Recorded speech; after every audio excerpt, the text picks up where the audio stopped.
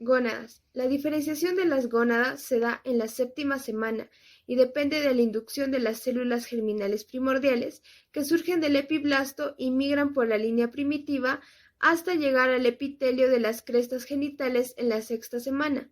Es allí donde las células epiteliales penetran el mesénquima subyacente y forman los cordones sexuales primitivos que conectan con el epitelio superficial. Ovario.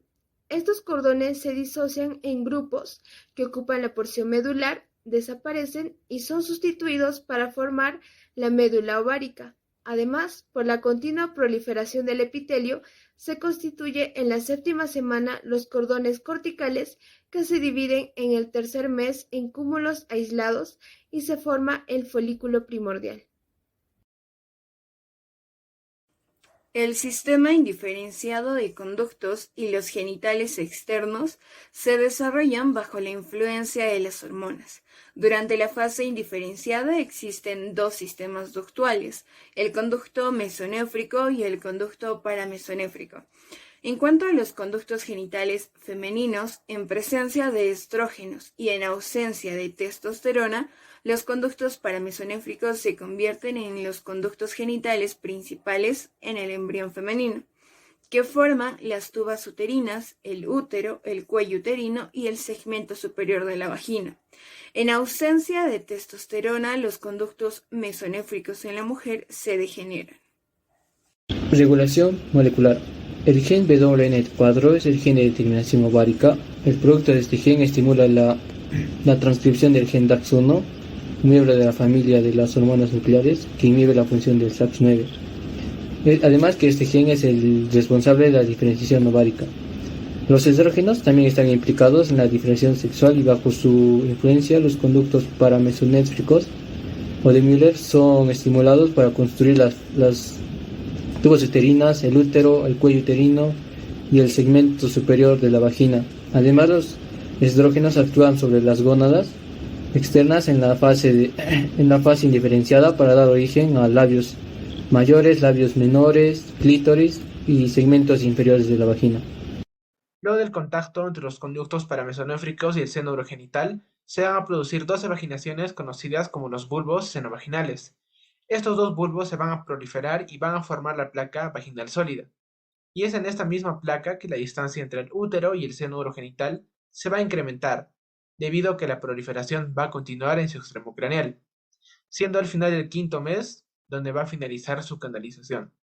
Por otro lado, el extremo inferior del útero se va a ver rodeado por extensiones vaginales que sean de origen paramesonéfrico. Asimismo, también se va a observar restos de los túbulos excretores craneales y caudales en el mesovario, que posteriormente van a formar el epóforo y el paraóforo respectivamente. Y también podemos mencionar la desaparición del conducto mesonéfrico, que sin embargo va a presentar algunos vestigios conocidos como los quistes de Gardner.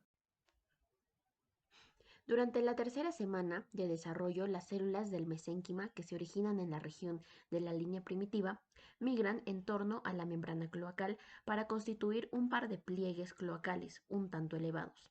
En posición craneal a la membrana cloacal, los pliegues se unen para constituir el tubérculo genital. En la región caudal, los pliegues se subdividen en pliegues uretrales en la región anterior y pliegues anales en la región posterior.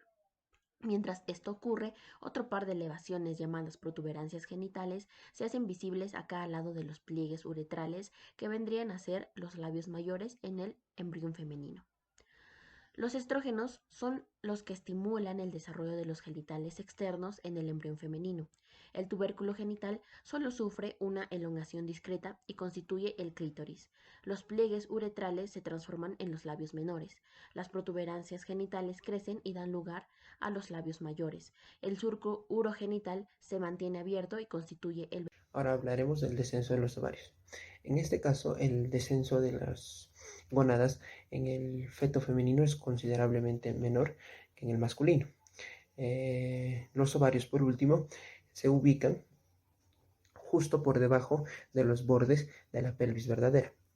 El ligamento genital craneal constituye el ligamento suspensorio del ovario y el ligamento genital caudal constituye o da origen al ligamento útero-ovárico, conocido también como el ligamento del ovario propiamente dicho.